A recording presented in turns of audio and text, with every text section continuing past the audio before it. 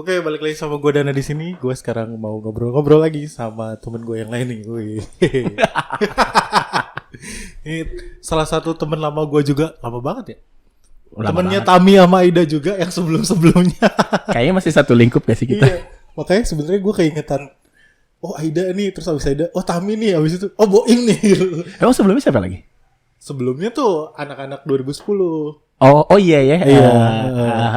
Tapi politik semua ya? Politik semua. Enggak sih, ada teman-teman gue yang lain kayak ada yang punya kopi sama temen yang sama gue, ada yang pernah ngobrol juga nih. Mumpung ngobrol sama lo nih, Cia. Lu kan anaknya politik banget nih. Anjir, enggak. Dulu ya. Dulu. Dulu kan lu ikut politik praktis enggak? Politik praktis mah belum sampai ya? Sebenarnya kalau misalkan dibilang balik lagi ke zaman kuliah ya. Politik praktis, partisipasi politik sebagai yang waktu gue kerjaan dulu sih partisipasi politik sih. Tapi bukan sebagai orang yang dipilih kan, tapi lo bukan kayak apa lembaga bukan lembaga apa sih namanya? Ya lembaga gerakan. Nah, pihak lain lah ibaratnya gitu. Nah, tadi kan kita sempet ngobrol-ngobrol dulu nih. Ini keresahan kita. Sekarang lo kerja di mana? Oh, gue sekarang kerja di sebuah lembaga ini ya, market research. FMCG, Fast Moving Consumer Goods. Ya kalau mau tahu FMCG itu istilahnya barang-barang yang ada di rumah tuh, yang sabun, sampo, pasta gigi, membalut, popok. Nah, itu tuh. Itu FMCG. Itu FMCG. Nggak ada politik-politiknya tuh. Politik nggak ada. Sama sekali nggak ada. Nggak ada barang-barang politiknya. Sama gue juga kan kerjanya di asuransi malah. Ya, asuransi. Tapi gue bukan agent sekali lagi. Oh, lu bukan ya? Bukan, enak aja. Itu apa sih? Gue juga masih sampai sekarang gue masih bingung loh itu. Nanti kita bahas langsung apa itu asuransi. Tapi kalau misalkan kuliah, materi kuliah ada yang lu pakai selama di kerjaan yang cuma satu sih. Apa? SHI, Sistem Hukum Indonesia sama PIH. PIH. Itu yang karena gue banyak bersinggungan dengan peraturan. Lo ada nggak? Paling kalau terdekat itu statistik. Enggak nyampe statistik. MPS lah awal-awal MPS kayak lu pemikiran diturunin sebagai apa. Karena gue tuh nggak kantor gue itu tuh tidak semendalam kayak AC Nielsen atau itu sangat, itu benar-benar ada pertimbangan dan lain-lain. Gue tuh lebih ke arah marketing juga. Jadi kalau ibaratnya tuh kantor gue itu bagi-bagi barang, habis itu gue bagi-bagi barang, terus gue tanyain sama mereka pendapat mereka tentang barang itu gimana, tapi simpel aja, nggak yang harus mendalam kayak lu tuh ditanyain, pertanyaannya bisa sampai berpuluh-puluh. Gue nggak, pertanyaan gue tuh cukup umum, yang penting bisa menjadi bisa menjadi senjata lah bagi brand itu buat nih lo, kita udah nyobain nih pendapat orang-orang, sembari karena itu produk gratis. Misalkan nih gue lagi bagi-bagi kopi saset, Top Coffee misalkan gitu. Nah itu gue bagi-bagi, misalkan ternyata lo dapet, nanti kalau lo dapet kan lo pasti akan posting, makasih. Terus ntar lo kan posting, jadinya itu marketing aja. Nah kalau yang lembaga riset kayaknya sih itu FGD, beneran FGD ya. Jadi ya mungkin nggak ada brandnya, nggak ada. Terus lu gimana nih, bener-bener penelitian yang mendalam gitu. Kalau gue sih umum banget, tapi ya cukup legit. Iya, karena lu pakai metode penelitian juga kan? Secara tidak langsung sih simple random sampling anjir gitu. Itu ingat MPS. Itu MPS. MPS itu metode penelitian sosial. Iya, mata makanya. Kuliah. Nah, lu sendiri tuh, ini lu berapa tahun kerja? Gua bekerja di yang sekarang di kantor gue yang sekarang itu udah 4 jalan 5 tahun. Sebelumnya padahal lu tuh berkecimpung. Sebelumnya.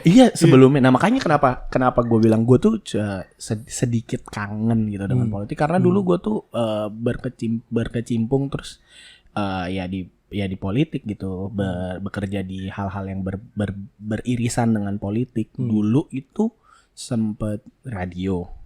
Ya kan, yang radio, yang lu jadi narsum, yang lu jadi narsum, jadi mamut itu jadi narsum. Lu lucu juga sebenarnya. Jadi tuh lu itu waktu itu gue mengundang Habib Rizik. Tuh disebut lagi. Gua mau ngundang Habib Rizik. Habib Selon. Tiba-tiba nggak bisa kan? Nggak bisa. Gue cari tahu siapa. Dapatlah dari Galih ya. Sama lu. Terus lu bilang kayaknya lu menarik deh untuk untuk sebagai point of view yang lain. Sama siapa waktu itu? Pak Tamrin ya? Pak Tamrin. Yang disiram kan? Itu Pak Tamrin siram sama Munarman. Tapi bukan lu. Bukan lu yang siram.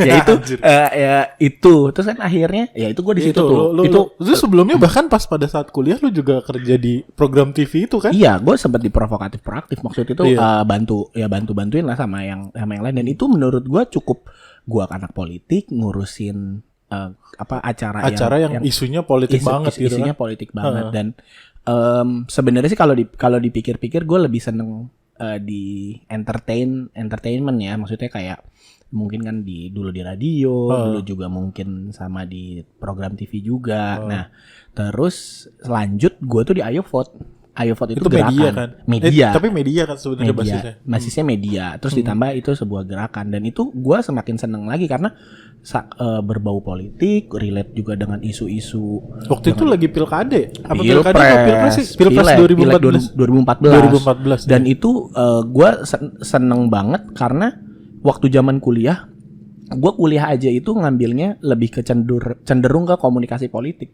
Oh iya, lu sempat belanja di komunikasi ya? Oh, banyak banget, cakep lagi. sempat kuliah di komunikasi. Terus gue merasa ya ditambah lagi senengnya waktu gue tuh sangat seneng dengan angkatan kita. Itu skripsinya tuh bener-bener berwarna lah, variatif. Menurut gue variatif, dan itu gue seneng kayak ada si Irham soal ngomongin bola politik dan terus Adit curut film politik kan. Gue lupa. Kalau nggak salah film politik. Lu apa ya dulu? Oh, lu dulu pilkada DKI ya? Gue pilkada, tapi gue sosmed, bukan sosmed ya. Dan terus ya lumayan banyak. Nah, ditambah lagi, karena gue ngomongin komunikasi politik, gue jadi semakin happy. Nah, itu gue jadi ditambah lagi gue di Ayo Vote kan. Wah, gue lihat tuh di Ayo Vote itu yang gue sadari, politik itu sangat tua banget untuk gue merasa tuh kayaknya jauh tidak membumi. Tidak anak muda banget gitu. Waktu itu tidak anak muda banget. Terus 2014 ya. 2014 padahal. Ada sih 2012 waktu gua ngerjain skripsi sih udah mulai ya kehadiran Bapak Jokowi dan Ahok. Skripsi 2012 itu udah mulai lah istilahnya anak muda banget lah. Anak muda tuh udah mulai involve sama politik. Nah, itu udah jadi bahan skripsi gua. Nah, pas 2014, tapi kan 2014 sebenarnya gara-gara waktu gue diajakin sama temen gue juga, terus dia pikir kayaknya kita harus bikin sebuah gerakan yang mengajak orang untuk berpartisipasi politik, apalagi waktu itu memang head to headnya waktu itu Prabowo ya, kalau nggak salah. Anjing, kita berat banget sih ngomongin politik jadinya. 2014 ya Prabowo Jokowi juga. Ya udahlah, terus kan pikir kan kita cuman kayak ya at least kita inilah memberikan pendidikan politik untuk pemahaman ke terutama anak-anak muda, apalagi klaimnya kan anak muda tuh udah jadi di tahun itu katanya. Di tahun itu tuh berpotensi paling gede katanya kan. Tapi mereka tidak mengerti dan menganggap politik itu jenuh. Apalagi gue anak politik, gue juga bilang masa sih, gue perasaan kuliah asik, materinya tuh enak-enak yang, dan ditambah lagi ya menurut gue ya udahlah gue bikin gerakan itu, dan memang tidak ada karena waktu itu cara-caranya tuh masih agak kaku. Lu pasti ngerti lah bapak-bapak disuruh belaga muda. Iya, susah kan? Susah, harus dari anak muda sendiri. Zaman dulu PSI belum ada ya? Sorry. PSI belum ada. Belum ada yang benar-benar partai anak muda juga kan? PSI aja ngomongnya pakai bra-bro aja juga geli. Ya bener dong.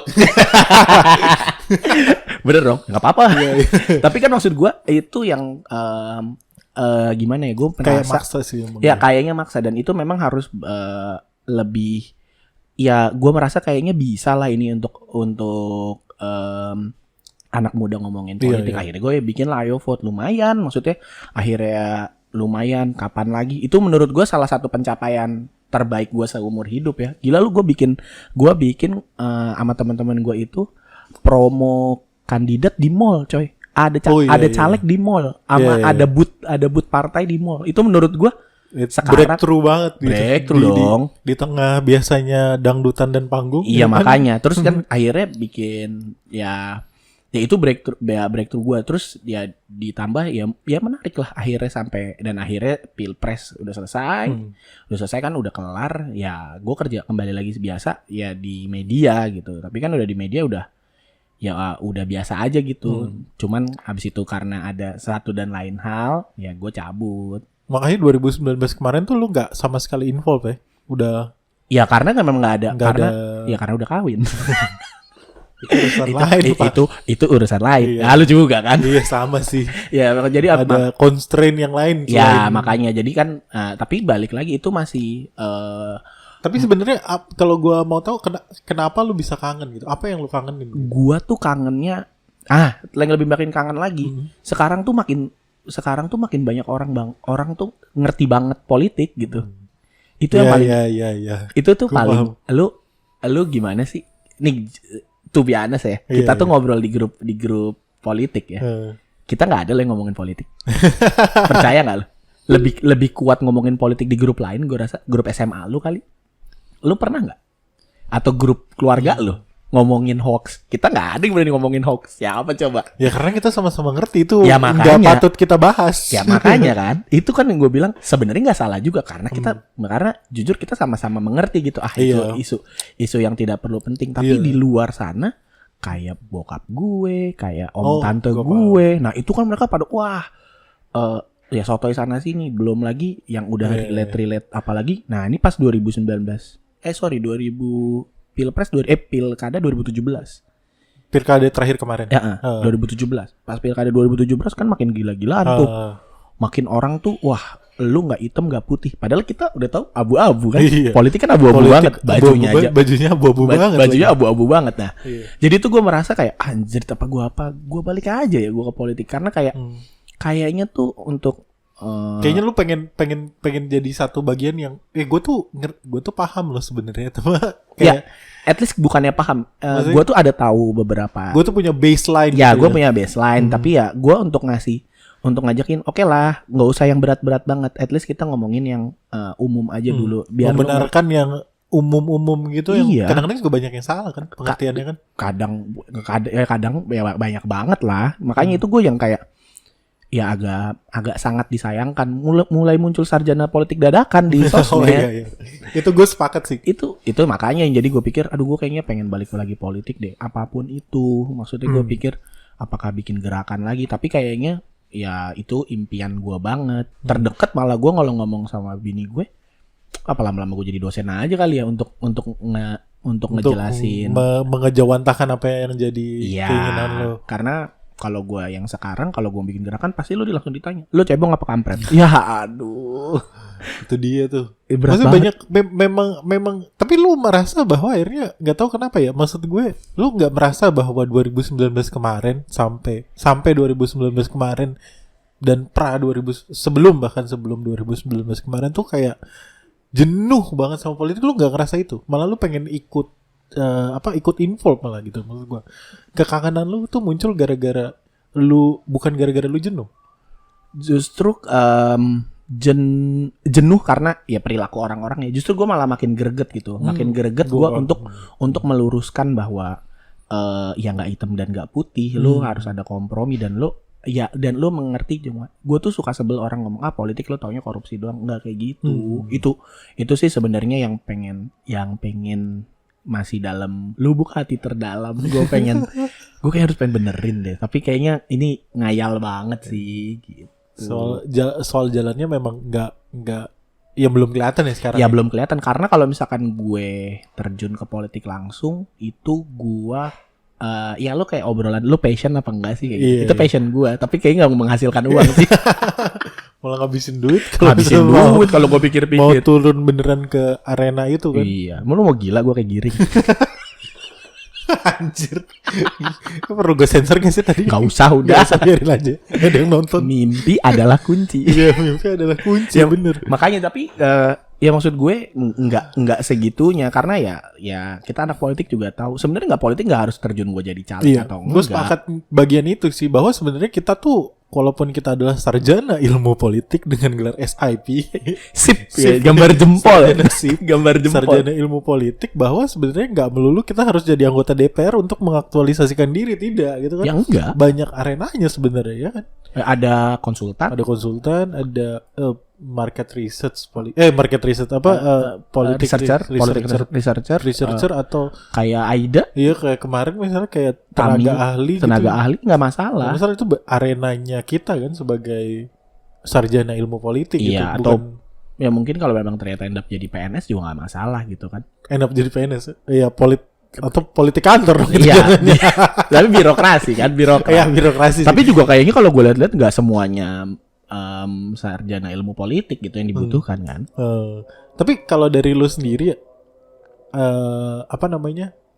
Arena apa sih yang lu pengenin akhirnya? Kalau gue sih masih punya satu mimpi besar mungkin ya. Mimpi besar. Apa? Mungkin at some point gue akan kembali bener-bener ya kalau kayak apa namanya? Kalau kayak teori piramidanya Maslow gitu kan. Ya ketika sandang papan pangan lu sudah Tercukupi gitu kan, lu butuh satu aktualisasi diri yang lain. Nah, aktualisasi dirinya ya either gua masuk langsung kalau misalnya, tapi syaratnya semua udah terpenuhi dulu ya. Iya. Nah, kalau lu sendiri ada kepikiran gitu gak sih? Gue kayaknya kalaupun, waduh ada azan. Waduh, azan dulu. Nggak apa-apa, udah lanjut aja. Kalau gue sih, kalau misalkan yang ingin banget itu gue sih sebenarnya jadi konsultan politik. Oh, lu lebih ke arah orang yang di belakang panggung malah lu pengen. Iya, gue orang Nggak pengen langsung tampil. Kalau jadi orang yang langsung tampil kayaknya ya kalau memang ada, kalau misalkan semuanya terpenuhi kayak kata lo ya mungkin akan lanjut. Tapi yang paling masuk akal ya gue cuman mau jadi konsultan atau mungkin sebenarnya PR aja, PR di lembaga pemerintahan gitu yang sangat relate dengan politik. Ya intinya sih cita-citanya ngayalnya ya memperbaiki segalanya aja gitu konsepnya. Minimal lu ngerti lah kalau semuanya tuh soal politik, isu-isu tentang politik nggak harus hitam dan putih. Jadi lu cukup memaklumi lah. Cukup memaklumi. Tapi dari sisi itu pun ya maksudnya itu kan berarti kan lu pengen menjadikan itu sebagai satu pekerjaan lu kan, yang akhirnya masuk ke PR politik atau konsultan politik. Nah, tapi menurut lu menariknya arena di Indonesia ini, gue mungkin agak melebar ke sana karena gue berpikir bahwa arena politik Indonesia ini menurut lo kalau memang lo pengen jadi konsultan tuh menariknya di mana sih, serunya di mana sih, atau lo nemuin satu hal yang menarik gitu? Sebenarnya yang bikin menarik kenapa gue suka konsultan kayak tadi, gue tuh sangat suka ketemu orang. Kalau gue jadi aktor politik, gue cuma 5 tahun, oke lah gue ada di jabatan. Tapi kalau gue kerja di konsultan, gue kan bisa bertahun-tahun ngurusin orang. Ya ditambah lagi, gue tuh seneng observasi, gue seneng ketemu orang. Kalau gue jadi konsultan kan, gue harus cari tahu gimana karakteristik orang di situ. Gue harus cari tahu. Pun gue masih suka dengan dengan beberapa isu-isu marketing. Jadi semakin berkembang, misalkan ditambah lagi sekarang sudah sosmed, terus nanti kita nggak tahu ke depannya lagi akan berbentuk apa. Nah itu gue seneng aja, belum lagi bikin event atau apa ya, gue seneng memang ketemu orangnya aja. Jadi kalau misalkan ini lebih ke arah diri lu sendiri ya, tapi isunya sendiri ada yang lo ini nggak sih, maksudnya kayak nggak tahu ya. Kalau gue sekarang ya, misalnya kayak gue ngelihat saat ini gitu, misalnya kayak ngelihat konsultan PR politik saat ini tuh zamannya yang gue ingat adalah zamannya SBY itu kan Obama banget tuh waktu itu tuh. Maksudnya dia kan pakai yang katanya, gue nggak tahu sih sebenarnya, gue berasumsi ini sebenarnya pakai konsultan yang dari Obama. Terus yang sekarang juga kalau nggak salah hampir sama gitu, dia tuh pakai consulting yang kebarat-baratan lah, maksud gue. Yang nah lu sendiri ngeliat nggak sih bahwa ada satu hal atau isu yang menarik gitu di politik, marketing politik yang saat ini terjadi gitu? Kalau dari sekarang sih sosmed dulu sih sebenarnya. Menurutku bertahan di sosmed dulu ya. Sama ya minimal lu bener dulu aja lah orangnya, serius dulu. Bukannya serius ya, lebih ke Kalau untuk running sih, gue tuh udah capek sih kalau misalkan yang hoax dan sejenisnya gitu loh. Jadi kayak gue pengen kita mau main yang main bersih aja gitu. Jadi gue pengen ya itu sih harapan gue banget dan itu. Nah kalau enggak ya gue minimal berharap masyarakat udah mengerti lah soal politik. Jadi nggak ya lu tahu lah lu sebagai salah satu Zun Politikon. Lu malas banget gak sih? Manusia politik. Lah ada manusia politik ya. Zun Politikon. Ya, ya pokoknya intinya sih ya at least lu tahu lah, lu bisa mempergunakan lu sebagai lu tahu hak dan kewajiban lu. Gue at least kalau lu udah memahami lu sebagai salah satu Zon Politikon, terus lu ada tahu tugas dan tugas hak dan sejenisnya ya. Menurut gue sih udah cukup, barulah kita bisa berkontestasi dengan sehat kayak gitu-gitu. Ya maksudnya berarti kesadaran seluruh pihaknya harus tinggi dulu. Ya makanya menurut gue yang cara terdekat itu gue cuma mau menyadari dulu lah bahwa jadi tuh gue tuh suka sebel Mot kalau misalkan apa-apa tuh ya kayak itu lu cabang apa kampret. Oh itu gue sebel banget. Itu apa ya, sepicik itu ya menilai pandangan politik seseorang. Iya waktu itu ya. terlalu mudah. Gue tuh nggak mau sesungguhnya. At least karena nggak sebegitunya juga sih ya emang nggak sebegitu. Nah mungkin anjir udah 20 menit. Emang nggak kerasa kalau ngobrol. Nah mungkin kesimpulan gue pengen tahu dong. Sebenarnya pertanyaannya agak-agak ini sih. Apa? Proyeksi lo 2024. Anjing. Ya, kita kan sebagai orang yang gak sama sekali dekat dengan politik nih saat ini. Tapi lu masih ngikutin gak? Gue balik lagi, lu masih ngikutin politik gak?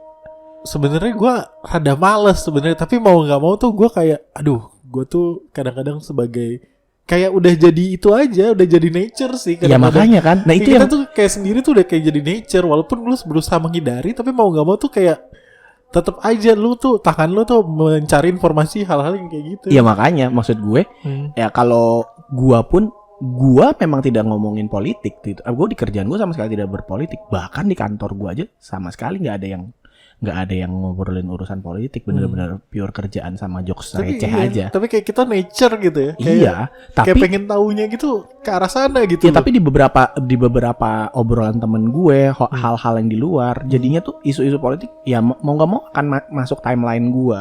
Dan orang-orang mulai banyak beropini politik. Nah yang akhirnya gue tetap ngikutin dan proyeksi 2024. Kalau maksud gue mungkin nggak calon, tapi maksudnya lu melihat nanti 2024 nih apa yang akan terjadi? Apakah tetap ada segregasi yang sehancur 2019? Gue bilang segregasinya hancur banget, orang terbelah bener-bener jadi dua. Oh iya pasti. Lu merasa itu akan tetap terjadi? Kalau itu akan tetap terjadi, gue rasa sih berangsur-angsur berkurang tergantung nanti siapa calonnya lari kemana ya. Kalau yang dari orang yang basisnya konservatif tiba-tiba lari ke reformis, ya mungkin bisa. Tapi kayaknya sih tetap masih kuat sih. Ada lagi prediksi segregasinya. Iya. Dipupuk, bakal dipupuk di ini aja bukan diakomodir, ibaratnya di apa sih Mot, lu bertahan lah jadi dijaga lah. Dijaga untuk tetap seperti itu. Iya, tetap karena lebih gampang kontrol ya. Kalau itu dari sisi penguasa ya. Iyalah. Lu tinggal milih aja mau kontrol yang ini apa yang itu. Iya. Sedangkan mereka akan tetap maintain bahwa tetap terbagi dua seperti itu gitu kan. Yoi, makanya. Brengsek. Tapi ya Lara yang kalau menurut gue yang bakal running apalagi kan sekarang udah enggak bertuan dong. Oh iya.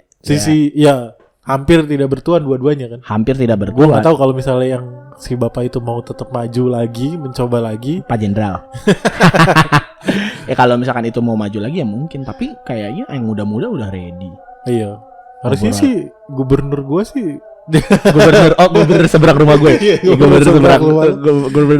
Gubernur lu juga. Gubernur gue juga udah ready. Kayaknya ready banget tuh. Tapi ada lagi satu ready. Malah gue merasa bahwa akhirnya mudah-mudahan gue sih malah berharap sih. Ini harapan sih bukan prediksi sih sebenarnya, bahwa segregasi itu akan lebih terpolarisasi.